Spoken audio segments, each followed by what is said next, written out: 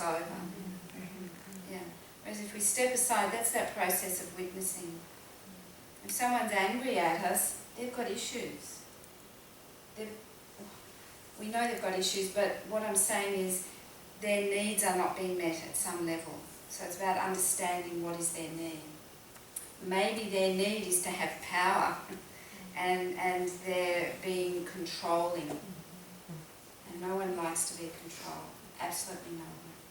Whether you're a young child or a grown adult. Yeah. So this is the need of the fire element in its expression. To express control. In yoga, we take that onto ourselves. In meditation, we say, I'm going to control myself. How do I control myself? It could be slowing the breath down and then stepping back rather than having subjective experience. Subjective is where we catch the ball. Yeah? Objective is where we just step away from the ball. And the need of the air element is to express love and belonging. So maybe the person doesn't feel that they belong. And that's why they're being angry. Yeah. Or whatever behaviour they're doing. And the ether element is about expression, creative expression. So it's about being heard, as an example. It's not just about speaking, it's about being heard. So if you're at work, someone's throwing a wobbly. Maybe they're not being heard and they've just exploded, imploded, whatever it is that's happened to them. One of those needs is not being met. And sometimes it's to do with personal freedom, which is to do with the mind itself. Yeah? They have no self-autonomy or freedom. And so they're just so sick of it. Throw the pen down and walk out. One of those needs is not being met. The personal freedom is also associated with some of the... With Agni Chakra, which is above all the 5 elements. Okay. Yeah. And so in the meditation, we are attempting to fulfill all these needs. And the need for spiritual connection, which comes from Sahasrara. Yeah, we're attempting to fulfill all those needs in our Tattva-shuddhi meditation, simply by creating the images of the tattvas and saying their bija mantras. Yeah. So we've moved from purification to stillness, where we have that expansion, illumination. And then comes the unification of yourself with that which is greater than you. In Sanskrit we call that arpana.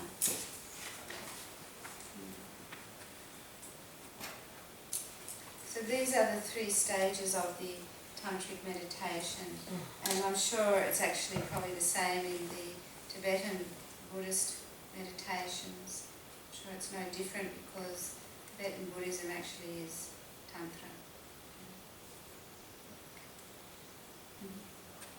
Which came from India.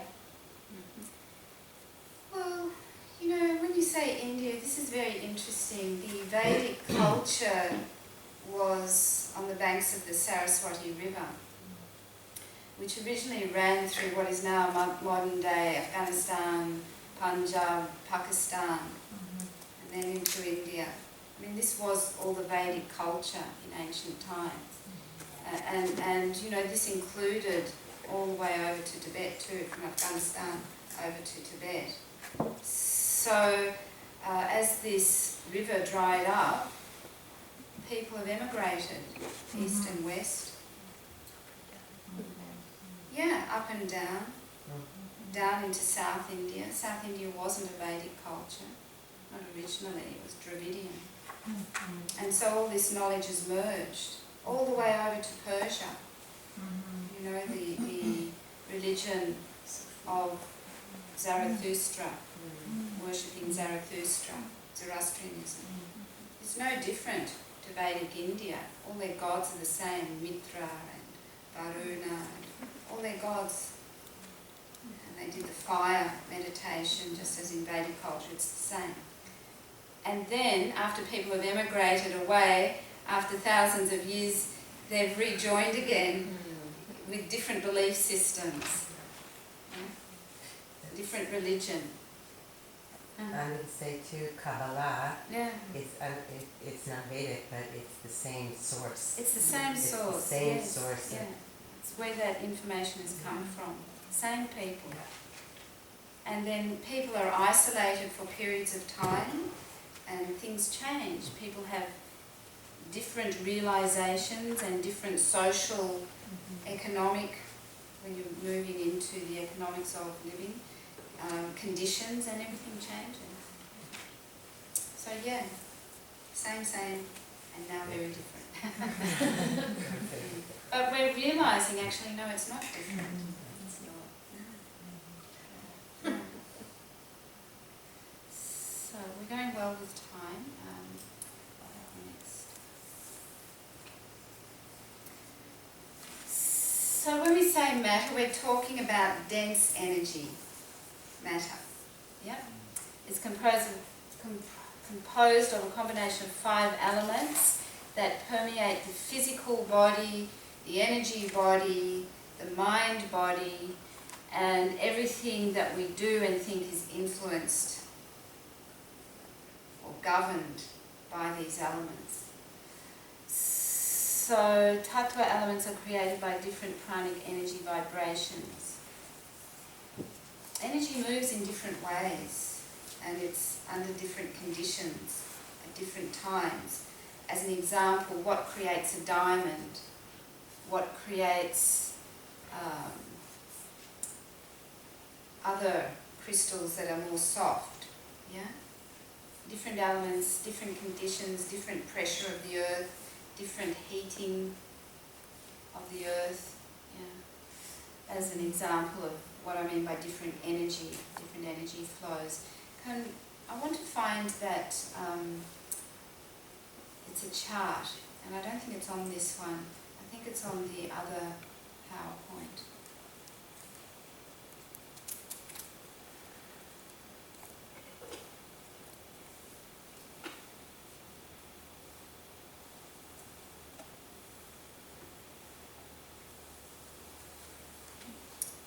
No, not that one.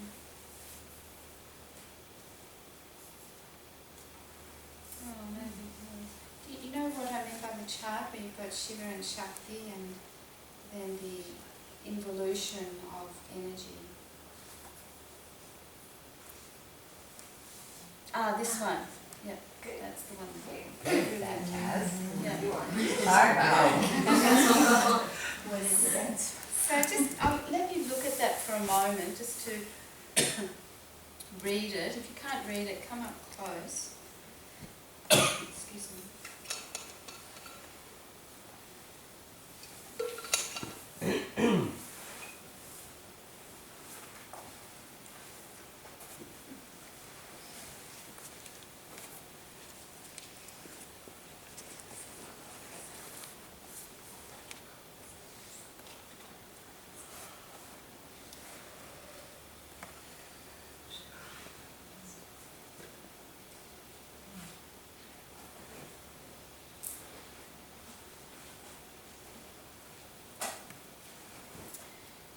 Shiva is pure consciousness, Shakti is pure energy, unconditional consciousness, unconditional energy.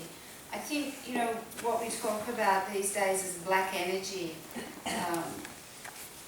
is really related to this concept of unmanifest energy or unconditioned energy. So in order to understand or relate to this, in India, they personify, they personalize the concept so that we can have a relationship with it. Mm-hmm. So energy is considered the female aspect, the doer, and Shiva's considered the still, the stable. Shakti's kinetic, moves all around, and Shiva is still observing, watching. what I found interesting in the movie of Down the Rabbit Hole, do you remember that? Quite a few years ago. And there are many versions of Down the Rabbit Hole. If you haven't seen it, do see it. They show you through Captain Physics the way particles move. So they're filming the way particles move and nobody's watching this. It's just being filmed. And the particles move in a very specific way. Then someone comes along and watches while the particles are moving, and they move totally differently. So how do they move on that? Well, they just move. It's just like random. Well, no, sorry, not random. There is a flow to it, yeah. But it's random in the sense of when somebody's watching, it's much more uniform. So that said to me, wow, if I'm unconscious, life just happens in a certain way. But when I'm conscious, when I'm watching, when I'm observing, something different happens. And I know it's different because there's a space and I have conscious choice about what I'm going to do. It's like controlling dreams. Dreams just happen haphazardly. And if you wake up in a dream, when I say wake up, you become aware in the dream you're dreaming and decide what you're going to dream. You see something in particular as compared to it just happening by itself. The thing that can't be controlled in terms of dream and life is the outcome. So you could decide that you're going to come and do this retreat. You drove here, but you didn't have control of the other people driving. You didn't have control of the traffic. You only had control of yourself. Yeah? So if there was an accident ahead of you, you didn't have control of that. When we went to Grand Canyon, there was an accident on the road. We did not have control of that, and so we were travelling at 5 miles an hour for quite a while. Yeah? So that's what I mean. You observe, you watch, you make decisions and choices based on what you know, but what is going to be the outcome you can't control. You can control it to a certain degree. If you're cooking, you put the ingredients in and you cook it at a certain temperature and you're watching and you're stirring and all of that. So you have control to a certain degree. But then suddenly the electricity stops. You didn't know that was going to happen. Do you see what I mean? Yeah, so, I mean, that's getting quite philosophical. In other words, other karmas come in the way. So, Amiji, can I ask a clarifying question? Yeah. So just in terms of gaining awareness in a dream, which I don't do very often at all, but when you think about something that you would want to watch, what is an example that has happened for you? Like, is it a clarifying thing you want to see, or? Oh, you can do what you want. For me, it's just about seeing what I say to see. So, Like certain person and situation. yeah. So I first learned to do this through Carlos Castaneda. I opened up a book and he said in this book, in order to control your dreams, you see your hands. You what? You see your hands in the dream. So in other words, you go to bed at night being conscious that you want to control your dream and you say to yourself, I see my hands in my dream. Before To you control fall the asleep. dream. Yeah, you say that before you fall asleep. So you have that intention for sleeping.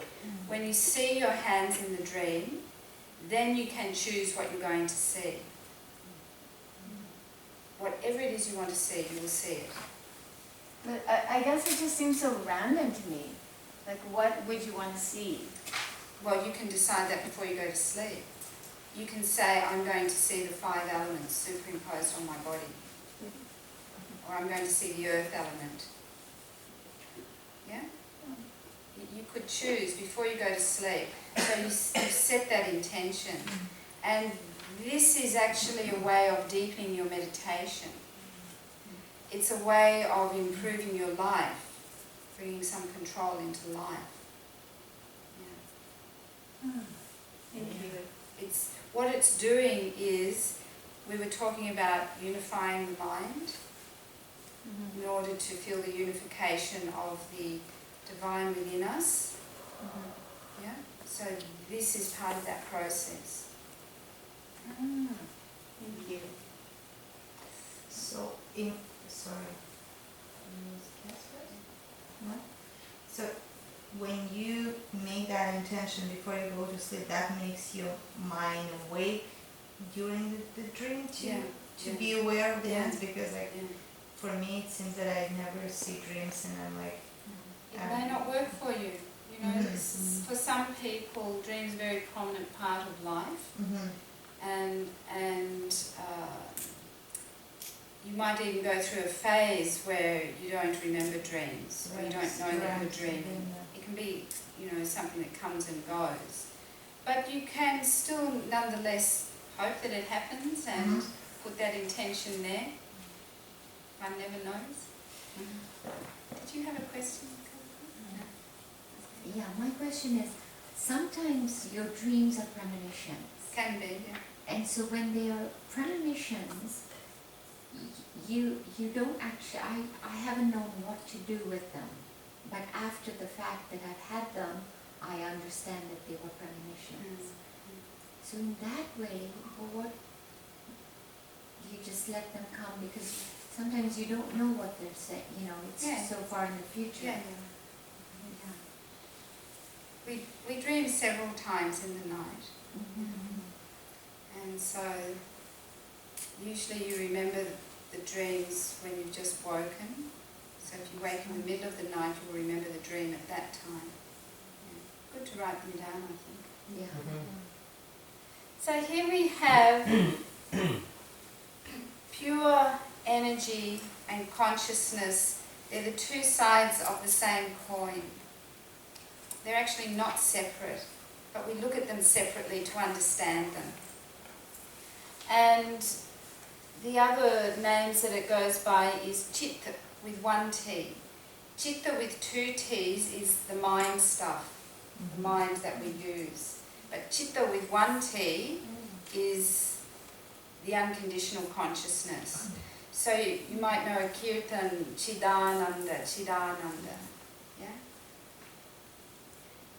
Chid Ananda. It's the same as Chit Shakti. So it's the same as Chitta, and then Chitta Shakti is the energy of consciousness. So Shakti literally means energy, and whatever word Shakti is joined with, it's the energy of that.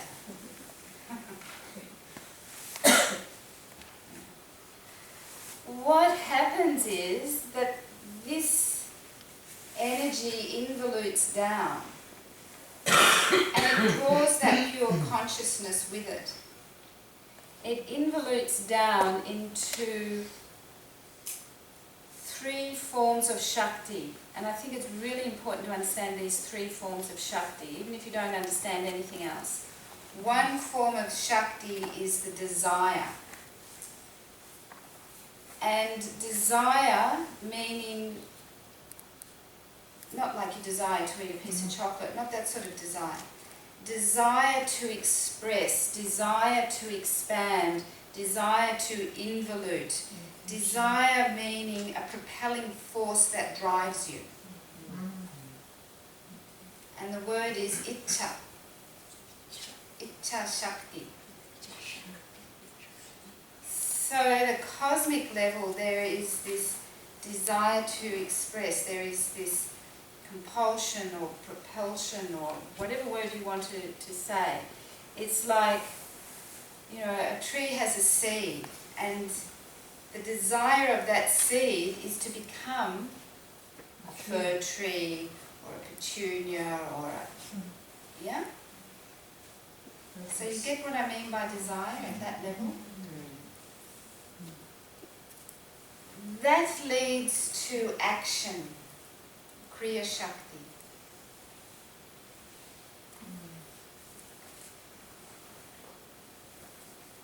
And out of that comes a knowledge, Jnana Shakti. It happens to us in our life.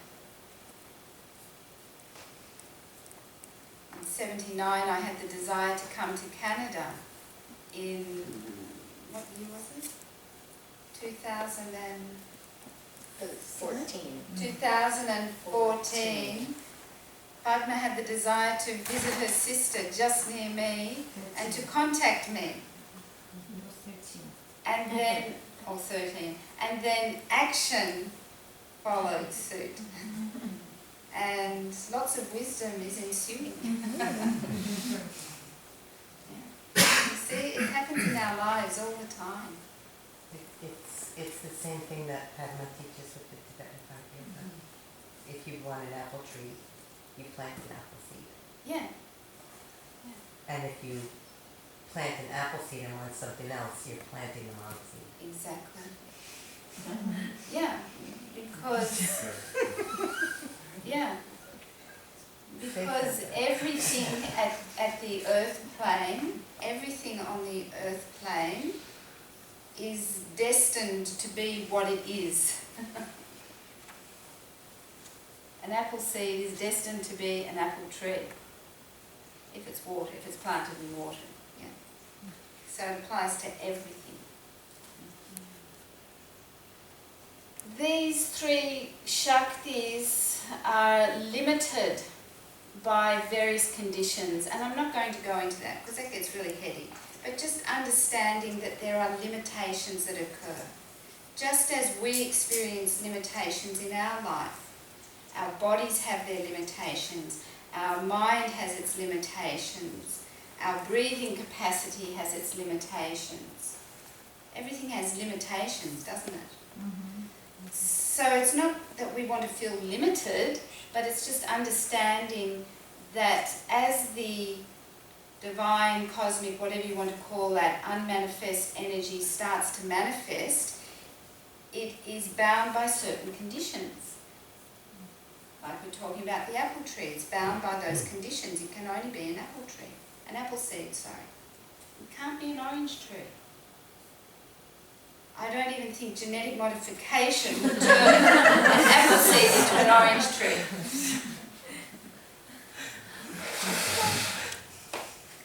Or an onion. Somebody said, no, there's grafted ones. Okay, so there are grafted ones. That's why I went to onion. There are. You can get many fruits on one tree. So you can't turn an apple seed into a carrot Right. with genetic modification. Right. You can turn it into a different kind of apple. Yes. Yeah. Yeah. So there's a better example. This is how we come into being. This expansive energy involuting down, modifying, creating each individual person that is here. And as this unlimited energy becomes limited, the consciousness within it becomes limited. The consciousness becomes subject to tamas, inertia, rajas, dynamism, and sattva, balance. What we are doing as individuals is working our way back, evolving. So involution is coming down into the individual, and evolution is going back to the source. And so it goes on ad infinitum.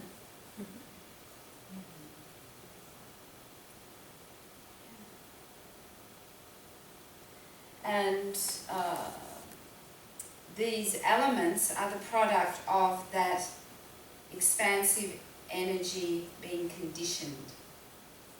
And that's why in Tattva Shuddhi we go back through the elements, dissolving them into their source. So what happens is, in terms of yoga, we say that the consciousness comes first and the physical form and baby comes last. So the consciousness is there first, the energy is there, and then then what forms is the intuitive wisdom And out of that comes ego, the essence of I-ness. And the purpose of the essence of I-ness is to give expression to the higher consciousness and energy. That's its purpose. But what happens is we get engrossed in subjective experience, and it's all about me, and I want this and that, and aggrandizing and all of that. So that's why in yoga we talk about living simply. It doesn't mean that you can't have a house and finances and everything else that you want. It's not about not having these things. It's understanding their use and purpose. There's nothing wrong with enjoying, but it's about understanding the use and purpose of that. That your higher consciousness is experiencing through that. So when you become sad and depressed and angry and frustrated and jealous and envious and all the other things, that is what the higher consciousness is experiencing. So I say to myself, well, what do I want for my higher consciousness that's in me? What do I want it to experience? And so I direct my mind in that direction. I would like it to experience a nice piece of chocolate. No, I don't really, I'm joking. We are going to do asana soon. No, I really don't want anything. It was just an example. What if, what you want, what you desire is equanimity? Yeah. So, yeah, I have a house and a car. Yeah. You know, how do, And a we wonderful get to it. husband. Exactly. Yeah. I mean, yeah. Yeah. I mean, I'm thinking of us, Yeah. actually. Yeah. For the most part, we have enough. Yeah. And then there's the desire to make sure that everybody, Yeah. everywhere, Yeah. has that too. You know, and then you get and I like basketball, I really do, but when I hear about how much is put into basketball in terms of money, that hurts. It hurts, because what we desire is that equanimity. Yeah. So, how does that work? It's not a piece of chocolate. Well, it's a very challenging one. It's a very challenging situation. Yeah. And all as I can say is we do the best we can. We do whatever we can, physically possible. Physically, mentally, emotionally. We do what is possible. Because we are limited. So if someone has the capacity to do something about that, then we follow. If we don't have the capacity ourselves to do it, then we follow. Do you see? Yeah, it's like, what do we do about the rubbish in the oceans? Well, we buy things from 40 oceans, and we do what we can. We recycle, we try not to use plastics where possible, and we do what we can to create balance and equanimity within ourselves and our environment and for other people. And this is why we have the chanting. Like this morning, we hoped that all beings are in peace, are in health, have wholeness, and have auspiciousness. We work towards that, we do what we can. And eventually, maybe one day on this earth plane, it will happen. Swamiji? Yeah. Just with respect to equanimity, I mean, I've heard it interpreted or defined in so many ways. How would you describe equanimity? What does it mean to you? I come back to this stage of Tantra, sthiti. I think of this word sthiti because to me I understand sthiti, I understand the Sanskrit, and you've gone through the purification, so everything automatically, naturally balances out. It's effortless. When we go through the purification and everything is in balance, then equanimity automatically unfolds, and we feel balanced. Yeah. And then there are things in life that happen that pull us out of balance. So then we're working towards, again, finding that equanimity. It's really difficult.